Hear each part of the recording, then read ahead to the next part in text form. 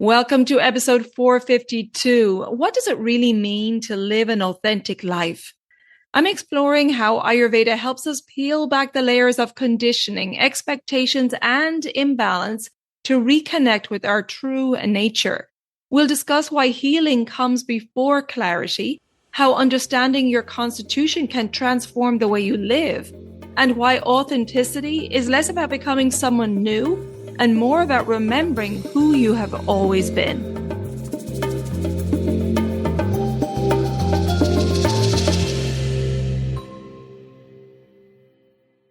Welcome to the Elements of Ayurveda podcast. I'm your host, Colette. And if you're new to Ayurveda, I recommend starting with the first few episodes where I introduce the foundations of Ayurveda and the doshas. To learn more, work with me, or explore my offerings, you can visit elementshealingandwellbeing.com. And for podcast updates, join me on Instagram at Elements of Ayurveda Podcast. And before we begin, just a quick note to say that this podcast is for educational and inspirational purposes only. It's not intended as medical advice. Now let's dive into this episode. Hey there, and welcome back to the podcast. It's Colette today for a solo episode, and I want to talk about living an authentic life with Ayurveda. Now, before some of you roll your eyes and think, oh no, not another conversation about authenticity, stay with me, because honestly, I get it. The word authentic has become one of those words that gets thrown around so much that it can start to lose its meaning. It's right up there with words like journey, alignment, manifestation, and living your best life. And yet, despite all the overuse, I think there is something incredibly important at the heart of this conversation. Because when we strip away the buzzwords and the Instagram captions, authenticity is really about one simple question. Who are you underneath all the layers of conditioning? Who are you beneath the expectations, the roles, the shoulds, the cultural messaging, the family programming, the fears, the habits, and the stories you've accumulated throughout your life? And from an Ayurvedic perspective, this question sits at the very center of healing, because Ayurveda is not simply about fixing symptoms. It's not just about digestion, sleep, hormones, skin health, inflammation, or stress management. Those things absolutely matter. But underneath all of that, Ayurveda is encouraging us into a process of remembering who we truly are. And that process is less about becoming someone new and more about removing what is standing in the way of who you have always been.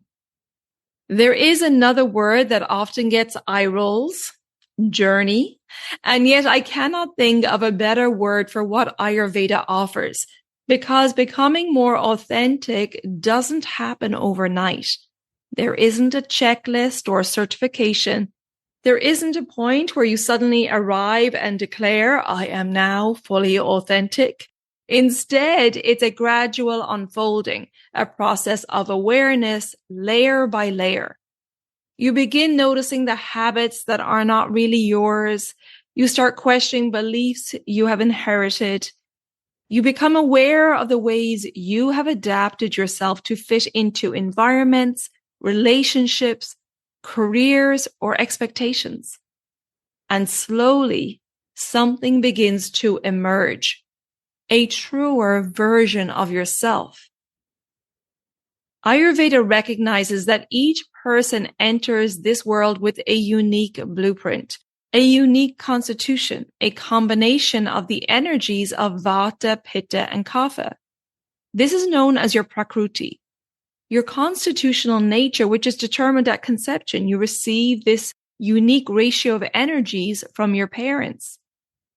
And while your Prakriti doesn't define every aspect of your personality, it does provide insight into your natural tendencies, your strengths, your vulnerabilities, your gifts, and your needs. In many ways, understanding your constitution is one of the first steps toward authenticity. Because how can you live authentically if you're constantly trying to be someone you're not. One of the greatest sources of suffering I see in people is trying to force themselves into lifestyles that do not suit them. They compare themselves to others, following routines that don't fit their constitution, push themselves according to somebody else's definition of success, overriding their body's signals, and then wonder why they're exhausted, anxious, and feeling disconnected, and why life feels harder than it needs to be. And in my own life, I think about how early I was comparing myself to others. Think back to my childhood when I was in the Kapha stage of life with my Pitta Kapha constitution. I was a very chubby, healthy baby. And growing up, I always had a strong body with big thighs. By the way, happy for them today, as new research suggests that strength in the lower body is linked to cognitive function and longevity. So bonus. However, during my teens, that was a different story. I wondered why I couldn't have a slimmer figure. How many hours I wasted lamenting over this. I think a lot of girls in particular can associate with this due to images we're fed in the media. When I was growing up, it was the very thin models.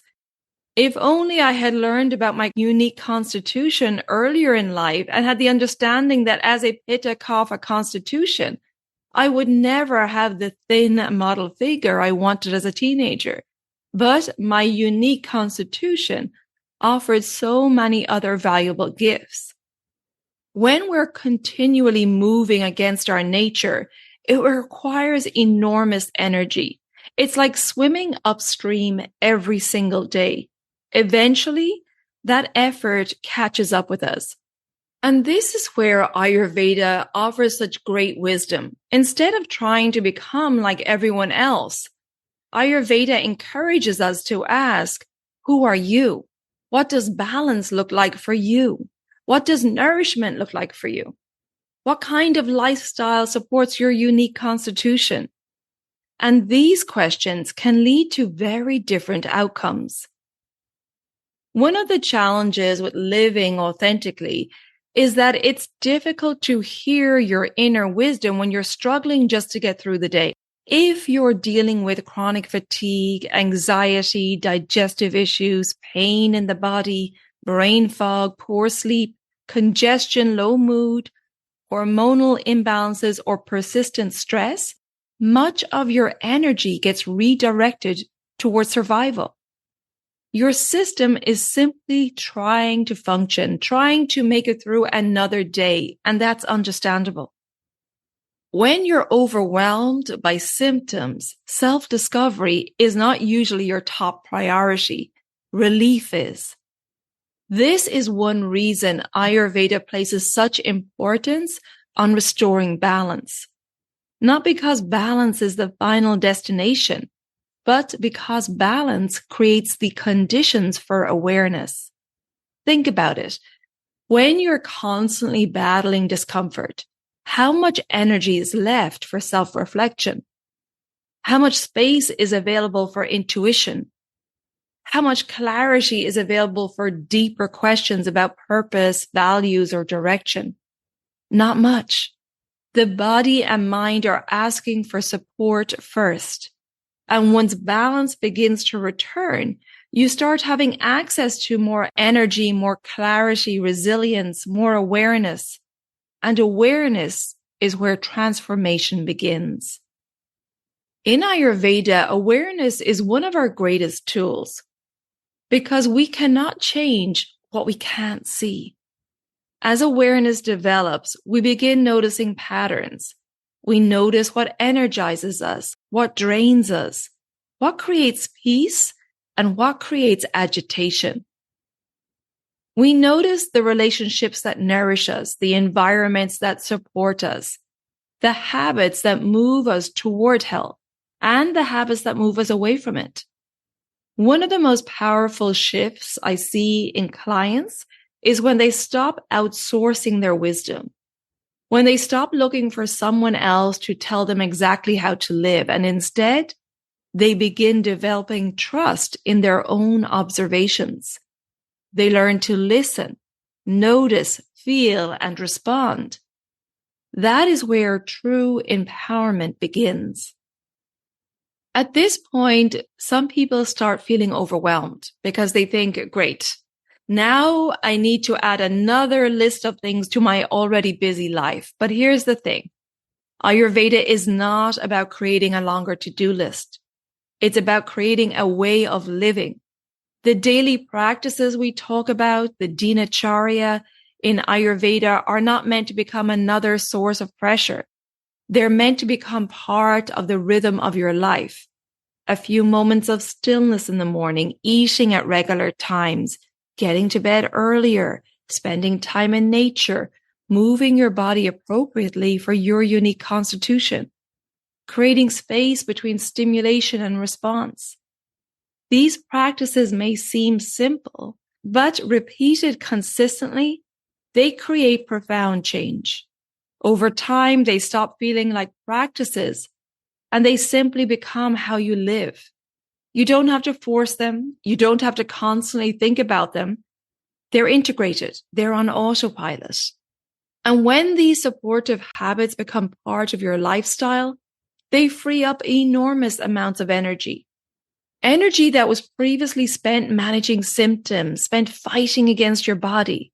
Energy that can now be directed toward living more intentionally. I think one of the greatest misconceptions about personal growth is the idea that we're constantly trying to improve ourselves, as though we're unfinished projects, we're broken and need fixing. Ayurveda offers a different perspective. It suggests that underneath the layers of imbalance, the layers of conditioning and accumulated stress, there is an innate intelligence already present. And so the work is not necessarily becoming more. The work is often uncovering what is already there.